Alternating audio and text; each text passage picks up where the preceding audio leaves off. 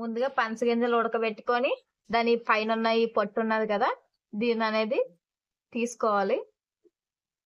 చూసారు కదా, ఇలా తీసుకున్న తర్వాత దీన్ని ఇలా మజ్జిగ ముక్క చేసుకొని ఉంచుకోవాలి. కొని కడాయి పెట్టుకోవాలి. అందులో తగినంత నూనె వేసుకోవాలి. అది బాగా హీట్ అవ్వనివ్వాలి. ఈలోగు కూరకి ఏం కావాలో నేను నీకు చూపిస్తాను రండి. మనం ఈరోజు పనస పిక్కలు నెత్తల్లో కర్రీ వండబోతున్నాం. దానికోసం ముందే ఉడికించి పెట్టుకున్న పనస పిక్క ముక్కలు, అలాగే నీట్ గా కడుక్కున్న నెత్తళ్ళు, ఉల్లిపాయ ముక్కలు, టమోటా ముక్కలు, పచ్చిమిర్చి 5 నుంచి 6. ఇప్పుడు చూద్దాం రండి. చూసారు కదా, ఆయిల్ అనేది ఈటెక్కింది. ఇప్పుడు ముందుగా ఇందులో కడిగి పెట్టుకున్న నెత్తళ్ళు అనేవి ఇందులో వేసుకోవాలి. పెనం బాగా ఆయిల్ బాగా మరిగా చేయకండి, తూలిపోతుంది. చూసారు కదా, ఇందులో వేసుకున్న తర్వాత ఇవి లైట్ గోల్డెన్ కలర్ వచ్చేంత వరకు వేగనివ్వాలి. చూసారు కదా, మధ్యలో ఇలా కలుపుతూ ఉండాలి. ఇది కొంచెం వడగట్టకంటే ఉండడం కోసం, నెత్తళ్ళు అనేవి ఒకేసారి ఒకవైపే మాడగట్ట ఉండడం కోసం అనేది ఇలా కలుపుతూ వేగించుకోవాలి. చూసారు కదా, ఇవి లైట్ గోల్డెన్ కలర్ లో వేగాయి. ఇప్పుడు మనం ఇది ఒక గిన్నెలోకి తీసుకుందాం. చూసారు కదా, ఇప్పుడు అదే ఆయిల్లోని ఉల్లిపాయ ముక్కలు అనేవి వేసుకోవాలి, అలాగే పచ్చిమిర్చి కూడా.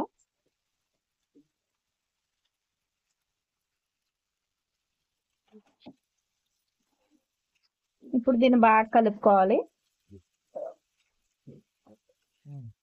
ఇప్పుడు ఇందులో కొంచెం సాల్ట్ వేసుకుందాం, దానివల్ల ఉల్లిపాయలు అనేవి త్వరగా మగ్గుతాయి.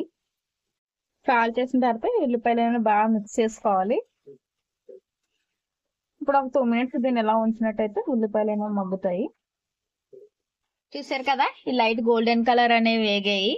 ఇప్పుడు ఇందులో టమోటా ముక్కలు వేసుకోవాలి.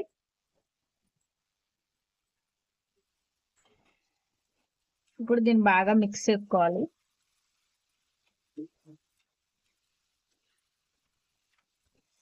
చూసారు కదా, ఇలా బాగా కలుపుకున్న తర్వాత మూత పెట్టి ఒక 2 నిమిషాలు అనేది మగ్గనివ్వాలి. సరే కదా, ఇప్పుడు మూత తీసుకొని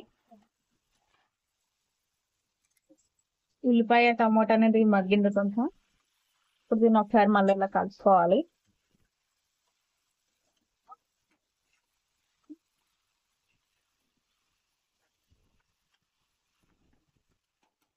ఇప్పుడు ఇందులోకి కారం అనేది వేసుకోవాలి.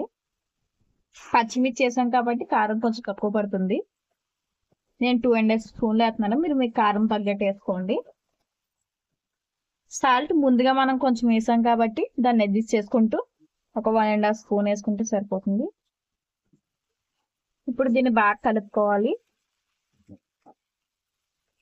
మొత్తం కలిసేటట్టు బాగా మిక్స్ చేయండి.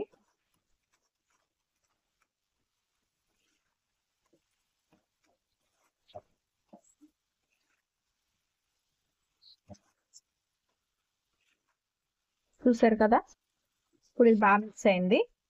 ఇప్పుడు ఇందులోకి ముందుగా రెడీ చేసి పెట్టుకున్న నెత్తళ్ళు, అలాగే పనస గింజలు ఇందులో వేసుకున్న తర్వాత ఇది మొత్తం మిక్స్ అయ్యేలాగా కలుపుకోవాలి. చూసారు కదా, ఈ బాగా కలిసింది. ఇప్పుడు గ్యాస్ అనేది లో ఫ్లేమ్ లో పెట్టుకొని మూత పెట్టి ఒక 2 నిమిషాలు మగ్గనివ్వాలి.